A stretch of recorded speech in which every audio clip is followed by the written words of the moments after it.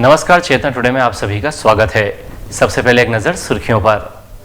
हजारों स्वयं सेवकों ने जगाया देशभक्ति का जज्बा, बौद्धिक में मिला मार्गदर्शन।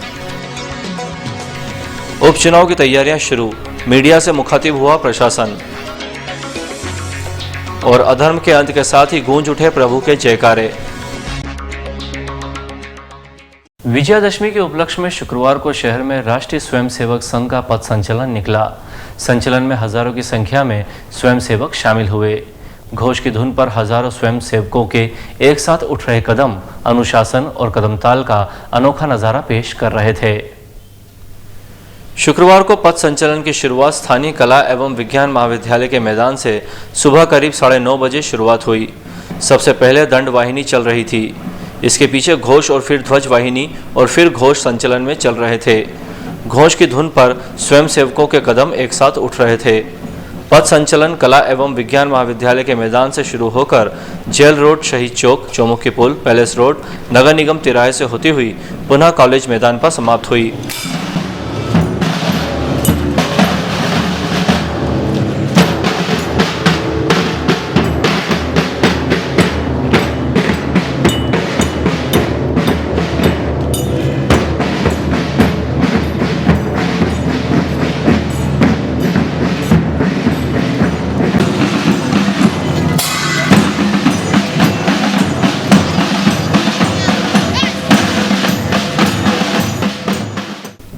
मुस्लिम राष्ट्रीय मंच द्वारा शेरसराय स्थित शहीद चौक एवं अन्य संस्थाओं ने मार्ग में संचलन पर पुष्प वर्षा कर स्वागत किया।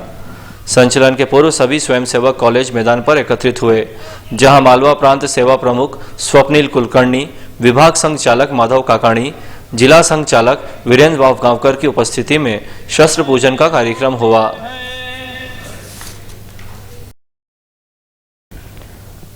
राष्ट्रीय स्वयंसेवक संघ मालवा प्रांत प्रमुख स्वप्निल कुलकर्णी ने कहा है कि भारत की सुरक्षा और विकास समाज के संगठित हुए बगैर असंभव है।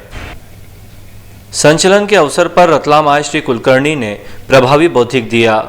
आपने कहा कि राष्ट्रीय स्वयंसेवक संघ समस्त हिंदू समाज को संगठित कर विश्व को सुरक्षित करने का प्रयास कर रहा है, क्योंकि हिंदुत्व की विचारधारा पर चलकर ही पर्यावरण, पृथ्वी और मानव जाति की सुरक्षा संभव है। श्री कुलकर्णी ने कहा कि सामाजिक समरसता के बगैर हिंदू समाज सामर्थ्यवान नहीं हो सकता और हिंदू समाज को संगठित हुए बिना भारत की सुरक्षा और विकास संभव नहीं है। हमें समाज में भेदभाव एवं जाति द्वेष को दूर कर समरसता के लिए कार्य करने की आवश्यकता है। रतलाम संसदीय क्षेत्र उपचुनाव हेतु कलेक्टर एवं जिला निर्वाचन अधिकारी बी चंद्रशेखर ने आज स्पष्ट किया कि निर्वाचन आयोग द्वारा जारी निर्देशों का पालन हर स्थिति में कराया जाना सुनिश्चित कराया जाएगा। कलेक्टर सभा कक्ष में राष्ट्रीय मान्यता प्राप्त राजनीतिक दलों की बैठक को श्री बोरकर संबोधित कर रहे थे।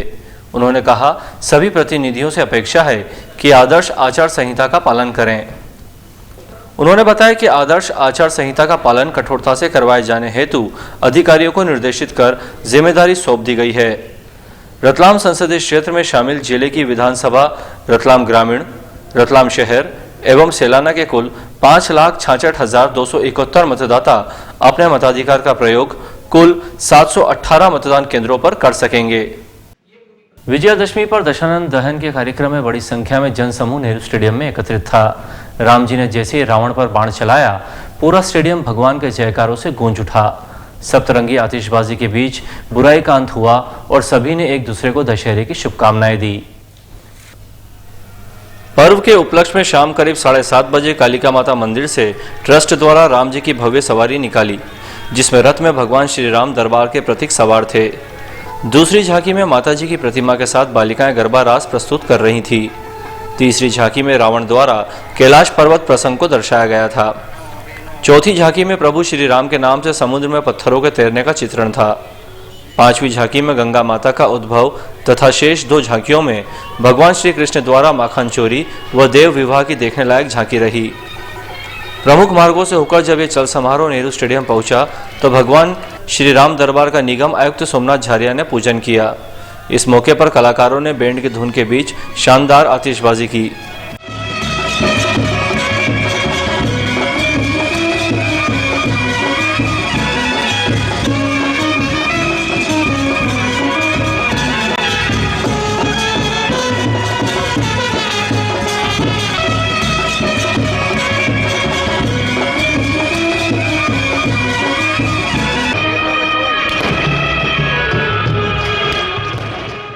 सबसे पहले हनुमान जी ने लंका में आग लगाई और उसके बाद प्रभु ने रावण का वध किया।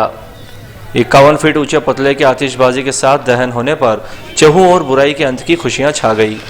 हजारों की संख्या में नागरिक इस कार्यक्रम में सहभागी बने। यहाँ जनप्रतिनिधि, प्रशासनिक अधिकारी सहित गणमान्य जन मौजूद थे।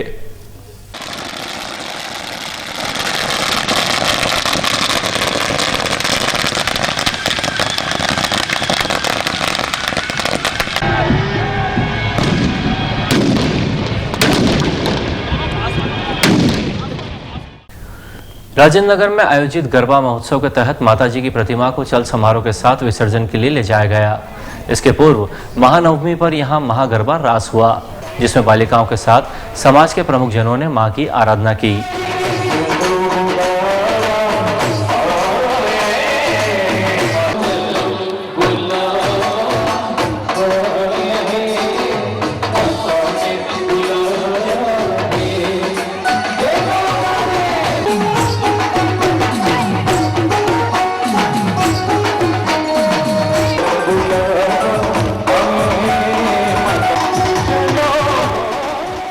अंत में सुर्खियों के साथ हमें इजाजत दीजिए। नमस्कार। हजारों स्वयं सेवकों ने जगाया देशभक्ति का जज्बा, बौद्धिक में मिला मार्गदर्शन। उपचुनाव की तैयारियां शुरू, मीडिया से मुखातिब हुआ प्रशासन। और अधर्म के अंत के साथ ही गूंज उठे प्रभु के जयकारे।